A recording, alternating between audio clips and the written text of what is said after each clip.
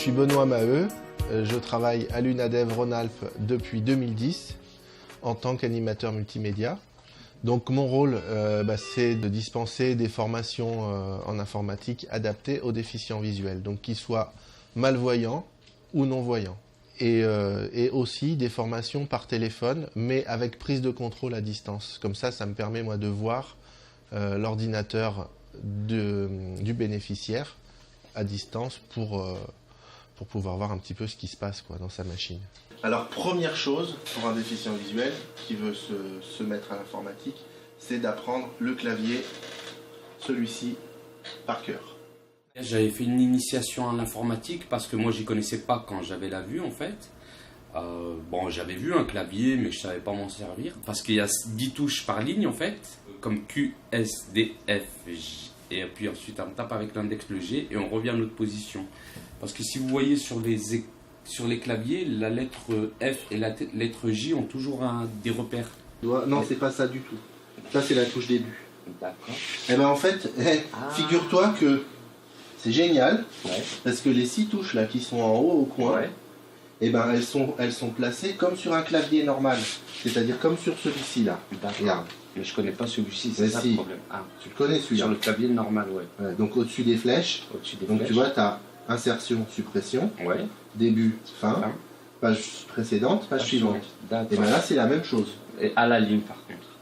Alors ensuite au niveau des adaptations logicielles, pour les malvoyants, il y a des logiciels de grossissement. Donc là, je peux quand même grossir pas mal. Donc là, ça permet quand même un grossissement qui est assez simple. À tort, on appelle ça une synthèse vocale, parce que en fait, c'est pas une synthèse vocale, c'est une revue d'écran.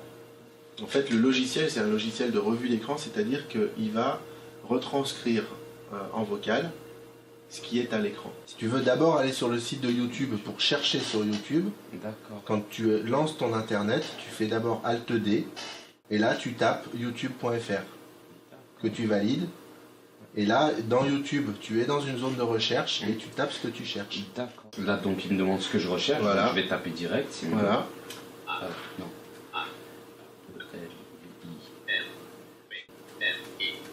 S-U-A U-A V-E M-E-N-T-E, je crois. M-E-N-T-E.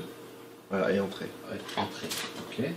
Franchement, super bien parce que c'est déjà, sans parler d'informatique, c'est quelqu'un avec qui on peut discuter de tout. Et on prend le temps de discuter.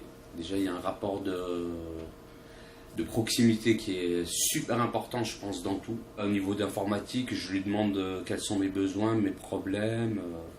Et il est toujours là pour les régler. C'est vrai que je crois que dans la vie, on a passé plus de temps, c'est sûr, à régler les problèmes de mon ordinateur qu'à prendre des cours. Les cours, généralement, ça dure 1h30. Donc les gens viennent ici, soit avec leur ordinateur personnel, ou soit ils prennent un cours sur les machines qui sont ici. Ou sinon, bien sûr, je me déplace pour voir ce qui se passe.